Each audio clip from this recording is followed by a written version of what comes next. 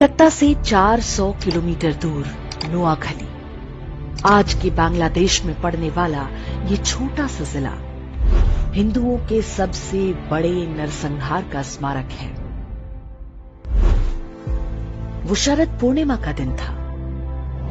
बंगाली हिंदू इस दिन पारंपरिक रूप से माता लक्ष्मी की पूजा करते हैं।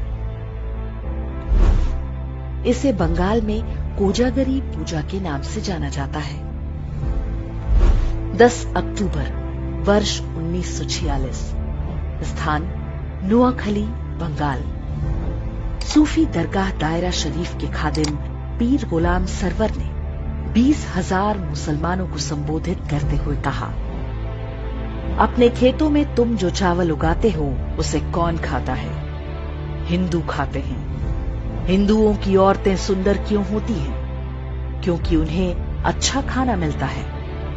हमारी औरतें बीमार पड़ती हैं तो उन्हें अपने हाथों से कौन टटोलता है? हिंदू डॉक्टर।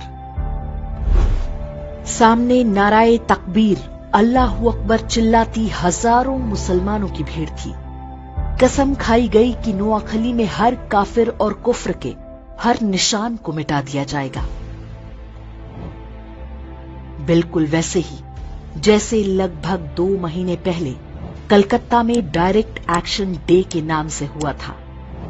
कलकत्ता की ही तरह हाथों में चाकू और गंडासे लिए जिहादी भीड़ ने चुन चुन कर हिंदू पुरुषों को मारना और हिंदू महिलाओं से बलात्कार शुरू कर दिया। हिंदुओं की दुकानों और मकानों में आग लगाया जाने लगा। हिंदुओं से कह दिया गया था कि जिंदा रहना है तो उन्हें इस्लाम कबूलना होगा। जस्टिस जीडी खोसला ने भारत के विभाजन पर अपनी पुस्तक स्टर्न रेकनिंग में लिखा है, भीड़ ने नारायणपुर के जमींदार सुरेंद्र नाथ बोस के मकान पर हमला बोला। वे परिवार के साथ छत पर चले गए। दंगाइयों ने घर में आग लगा दी। घर जलने लगा तो सुरेंद्र बाबू ने छत से छलांग लगा दी। वे दंगाइयों के सामने ही गिरे। उन्मादी मुसलमानों ने उनके शरीर के टुकड़े टुकड़े कर डाले और उनका कटा हुआ सिर पास में ही खड़े पीर गुलाम सरवर को भेंट किया। ऐसा नहीं है कि नोआखली के हिंदुओं ने प्रतिरोध नहीं किया। हिंदू महासभा के नेता और वकील राजेंद्र लाल रॉय चौधरी ने लोगों को संगठित करके संघर्ष का प्रयास किया, लेकिन वे सफल नहीं हो पाए। उनके घर को भी जला दिया गया। मजहबी दंगाई राजेंद्र लाल रॉय चौधरी को अपने साथ ले गए। बाद में उनका कटा हुआ सिर सूफी गुलाम सरवर को पेश किया गया। उनकी 2 बेटियों को मौलवियों ने आपस में बांट लिया। कलकत्ता में डायरेक्ट एक्शन डे के विरोध में गोपाल पाठा ने हथियार उठाया था। उनका प्रतिरोध सफल रहा था क्योंकि कलकत्ता में हिंदुओं की जनसंख्या अधिक थी, जबकि नोआखली में हिंदू मात्र 20% थे, जबकि मुसलमान 80% थे। तब जो नोआखली में हुआ वो आज हम कश्मीर से लेकर केरल और कैराना तक में आए दिन देखते हैं। 10 अक्टूबर 1946 को शुरू हुआ ये हिंदू नरसंहार चलता रहा और बाकी देश में किसी को कुछ भी पता नहीं चलने पाया। 15 अक्टूबर को नोआखली नरसंहार की सूचना दिल्ली पहुंची। 17 अक्टूबर को गांधी जी ने प्रतिक्रिया देते हुए कहा, हिंदू महिलाओं को मरने की कला सीखनी होगी। बलात्कारी के सामने झुकने से अच्छा है कि वे अपने हाथों से अपना गला घोंटकर या जीभ दांतों में दबाकर मर जाएं। गांधी के इस असंवेदनशील बयान से पूरे देश में हिंदुओं में कड़ी प्रतिक्रिया हुई। इसलिए अगले दिन उन्होंने प्रार्थना सभा में अपने विचारों को और भी स्पष्ट करते हुए कहा, कल मैंने कहा था कि हिंदू महिलाएं अपना गला घोंटकर या जीभ दांतों से काट कर मर जाएं, लेकिन मुझे बताया गया है कि ऐसा करने से आत्महत्या संभव नहीं है। ऐसे में मैं हिंदू महिलाओं को जहर खाने की सलाह दूंगा। मैंने सुना है कि योग क्रिया से भी आत्महत्या की जा सकती है। मैं पता करूंगा कि ऐसा कैसे किया जा सकता है। नोआखली में हिंदू मारे जा रहे थे। अहिंसा और शांति के पुजारी गांधी जी हिंदू महिलाओं को आत्महत्या करने के नए नए उपाय बता रहे थे। नोआखली और आसपास के क्षेत्रों में जिहादी निर्वस्त्र हिंदू महिलाओं के जुलूस निकाले जा रहे थे, लेकिन गांधी शांति और अहिंसा की अपनी विकृत धारणा का सार्वजनिक प्रदर्शन पूरी निर्लज्जता से करते रहे। 19 अक्टूबर को कलकत्ता के अमृत बाजार पत्रिका में एक समाचार छपा जिसमें नोआखली के विभूति भूषण दास के हवाले से शीर्षक दिया गया, वी ऑल हैव बिकम मुस्लिम। इसमें बताया गया कि नोआखली में अधिकांश हिंदू पुरुषों को काट डाला गया है, महिलाओं और बच्चों को जबरन मुसलमान बना दिया गया, उन्हें गोमांस खिलाया जा रहा है और 5 वक्त नमाज पढ़ने का आदेश दिया गया है। बंगाल के तत्कालीन गवर्नर ने भी अपनी रिपोर्ट में इसकी पुष्टि की। नोआखली में जिन पुरुषों की हत्या की गई, उनकी विधवाओं का निकाह उनके ही पति के हत्यारे के साथ पढ़वाया गया।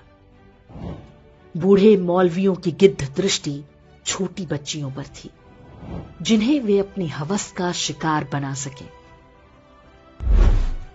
गांधी के कहने पर कांग्रेस के तत्कालीन अध्यक्ष आचार्य कृपलानी और उनकी पत्नी सुचेता कृपलानी नोआखली के दौरे पर गईं। आचार्य कृपलानी ने अपनी पुस्तक Gandhi his life and thoughts में लिखा है कि हमारी मुलाकात बंगाल के मुख्यमंत्री सुहरावर्दी और गवर्नर फ्रेडरिक बरूद से हुई। जब मैंने हिंदू महिलाओं के अपहरण और बलात्कार की बात पूछी तो गवर्नर बरोज ने उत्तर दिया, ये तो होना ही था। हिंदू महिलाएं मुस्लिम महिलाओं की तुलना में अधिक सुंदर होती हैं। मेरा मन किया कि मैं उन्हें वहीं पर पीट दूं, लेकिन मैंने खुद को रोक लिया। सुचेता कृपलानी ने कुछ हिंदू महिलाओं को बचाकर राहत कैंपों तक लाने में सफलता पाई। पीर गुलाम सरवर हुसैनी इस बात से इतना भड़क गया कि उसने फतवा जारी करके कहा कि जो भी सुचेता कृपलानी के साथ बलात्कार करेगा उसे गाजी की उपाधि दी जाएगी। इसका परिणाम हुआ कि सुचेता कृपलानी हर समय अपने साथ जहर का कैप्सूल रखा करती थी। नोआखली नरसंहार शुरू होने के पूरे 1 महीने बाद गांधी ने वहां का दौरा किया। वे सबसे पहले पास के तिपरा नाम के स्थान पर गए। यहां दंगा पीड़ित हिंदुओं के लिए राहत शिविर चला रही सुचेता कृपलानी के साथ गांधी की मुलाकात हुई। उनके काम से खुश होने के बजाय गांधी जी ने सुचेता कृपलानी से कहा कि कैंप में रह रही हिंदू महिलाओं को निशुल्क खाना ना दिया जाए, बदले में उनसे काम कराया जाए। गांधी जी ने सुचेता कृपलानी को यह निर्देश भी दिया कि वे इन हिंदू महिलाओं से कहें कि वे वापस अपने गांव में जाकर मुसलमानों के साथ मिलजुल कर रहें, चाहे उनकी जान ही क्यों ना चली जाए। नाथूराम गोडसे और उनके मित्र नारायण आप्टे भी तब नोआखली गए थे। वहां पर वे राहत कैंपों में रह रहे हिंदुओं की सेवा करते थे। गोडसे और आप्टे ने वहां जो कुछ देखा और गांधी की बातें सुनी, ये कहना गलत नहीं होगा कि वही आगे चलकर गांधी की हत्या का कारण बना होगा। काशी हिंदू विश्वविद्यालय के संस्थापक महामना मदन मोहन मालवीय ने नोआखली में हिंदुओं के नरसंहार और महिलाओं से बलात्कार के वृतांत सुने तो उन्हें गहरा सदमा लगा। इसी कारण 12 नवंबर 1946 को उनका निधन हो गया। स्वतंत्रता के बाद बंगाल के पहले मुख्यमंत्री बने प्रफुल्ल चंद्र घोष ने अपनी पुस्तक Gandhi as I saw him में लिखा है, गांधी जी ने एक युवा से पूछा कि नोआखली में हिंदुओं और मुसलमानों की जनसंख्या का अनुपात क्या है। युवा ने उत्तर दिया, हिंदू 20% हैं और मुसलमान 80%। गांधी जी ने पूछा, जमीनें किस अनुपात में हैं? युवक ने बोला, 80% जमीनें हिंदुओं की हैं और 20% मुसलमानों की। तब गांधी ने कहा, संघर्ष का असली कारण यही है। अर्थात जिस व्यक्ति को राष्ट्रपिता बताकर देश पर थोप दिया गया, उसने जिहादियों के हाथों हिंदुओं के नरसंहार को आर्थिक असमानता से जोड़ दिया। जबकि नोआखली में रहने वाले हिंदुओं में बड़ी संख्या अनुसूचित जातियों की भी थी। ये लोग बहुत निर्धन थे। जिहादियों ने उनके भी पुरुषों की हत्या की और महिलाओं के साथ बलात्कार किया। लेकिन गांधी का ध्यान केवल जिहादी हिंसा का बचाव करने पर था। इसमें वो बहुत हद तक सफल भी रहे।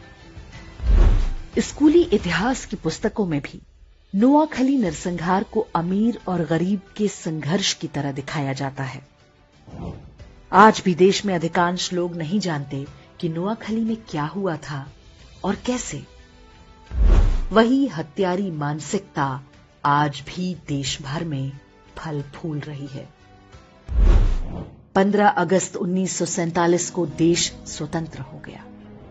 बंटवारे में नोआखली पूर्वी पाकिस्तान के हिस्से में चला गया। वहां पर हिंदुओं का नरसंहार जारी रहा। अब तो कोई रोकने टोकने वाला नहीं था। आधिकारिक आंकड़ों के अनुसार इस नरसंहार में 5000 हिंदुओं की हत्या हुई। हालांकि दावा किया जाता है कि वास्तविक संख्या 50,000 से कम नहीं होगी। वर्ष 1946 में नोआखली में लगभग 4 लाख हिंदू रहते थे। उनमें से 95% को बलपूर्वक इस्लाम कबूल करना पड़ा। शरद पूर्णिमा या कोजागरी के दिन माता लक्ष्मी के 8 रूपों की पूजा की जाती है। इन्हें अष्टलक्ष्मी कहते हैं। इनमें से एक रूप वीर लक्ष्मी का है। इस रूप में माता धन धान्य के साथ अपने हाथों में चक्र, गदा और धनुष बाण भी धारण करती हैं। ये संदेश है कि धन तभी तक सुरक्षित है जब हाथों में शस्त्र और शास्त्र दोनों हो। शस्त्र केवल पूजने के लिए नहीं, प्रयोग के लिए है।